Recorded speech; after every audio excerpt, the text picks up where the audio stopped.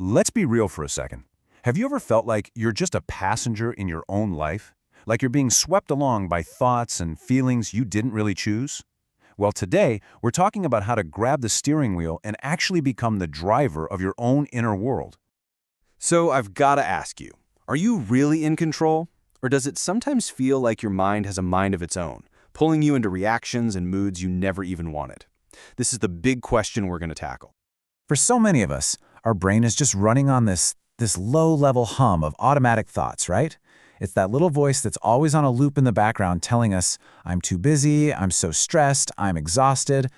It's that instant flash of anger when somebody cuts you off in traffic, or that familiar wave of dread right before a big meeting. Or, that hot surge of frustration when you feel like you're not being appreciated. These feelings, they feel so real, so justified in the moment. But here's the thing, that's not really you. That's your mind on autopilot. So this brings us to the core of the issue, your mind's autopilot problem. See, the mind's default setting is to just react. And this isn't some personal flaw. It's more like a pre-installed program that runs in the background for pretty much everyone. We call this the default mind. Honestly, the best way to think about it is like an old, clunky operating system running on your computer. It's not who you are. It's just a set of instructions that's been programmed by all your past experiences and habits. But here's the game-changing part. You can absolutely install a new operating system. Okay, so how do we actually do that? How do we upgrade the system? Well, we start by figuring out who's really behind the wheel. And to do that, let's use a really powerful metaphor. Let's meet your two inner drivers. All right, this slide breaks it down perfectly. On one side, you've got your default driver. This is your autopilot. It's super reactive, and it's usually fueled by things like anxiety, jealousy, and frustration. It's run by what some people call the false I. That's the part of you that completely believes it is its thoughts and feelings. But on the other side, you've got the conscious navigator. This is your true self. It's intentional, it's aware, it's clear, and purposeful. This is the part of you that can notice a feeling without being totally consumed by it. And listen, the goal isn't to destroy the default driver. The goal is just to consciously put the conscious navigator in the driver's seat, where it belongs.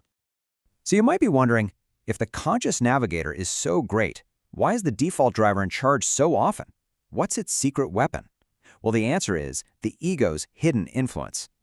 Let's give the ego a nickname, the I maker. This is the part of your mind that builds your identity. It creates these roles for you like, I am a good friend, or I am a hard worker. Now those roles sound fine, right? The problem is, the I maker also creates a secret rulebook of expectations that go with them, and when life doesn't follow that rulebook, well, that's when the I maker creates suffering. And this is a perfect example of how it works. Imagine you pour your heart and soul into helping a friend, you do all this work, and then they criticize something small you did. That immediate hot thought, after all I've done for them, how dare they? Yep, that's the I maker. Your role of the helper came with a hidden expectation, I will be appreciated. The second that expectation wasn't met, the I maker produced frustration. That is your default driver slamming on the gas. Okay, so now we get the problem, and we see the mechanism that's driving it. So what do we actually do about it? It's time to get practical. Let's learn a technique you can use right in the heat of the moment to take back the wheel. This is called the thought transformation technique, and it's a super simple 3-step process you do entirely in your own head. Step 1, recognize. You just notice the thought and how you're attached to it. You say to yourself, I am upset. Step 2, transform.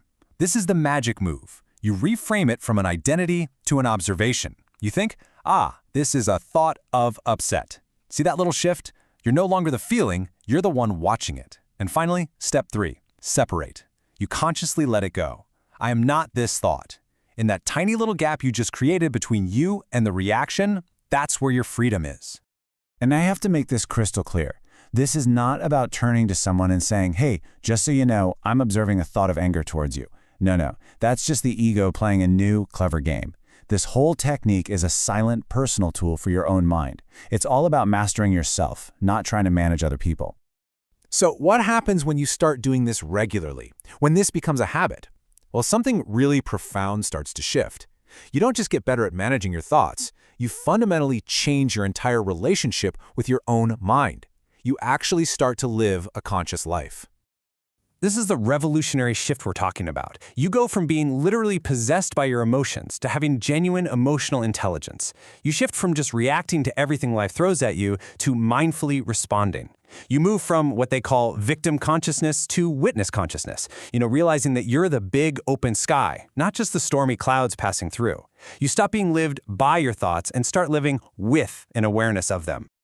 But it's important to remember, this isn't some finish line you cross and you're done. It's an ongoing, moment-to-moment practice of choosing who's in the driver's seat. And the beautiful thing is, every time you feel that flicker of frustration or anxiety, it's no longer just suffering. It's a signal. It's a little alarm bell reminding you, hey, time to consciously take the wheel. And that really brings us to the only question that matters. Not what happened yesterday or what might happen tomorrow, but right now. In this moment and the next one and the one after that, which driver are you going to choose? Because the power is, and always has been, yours.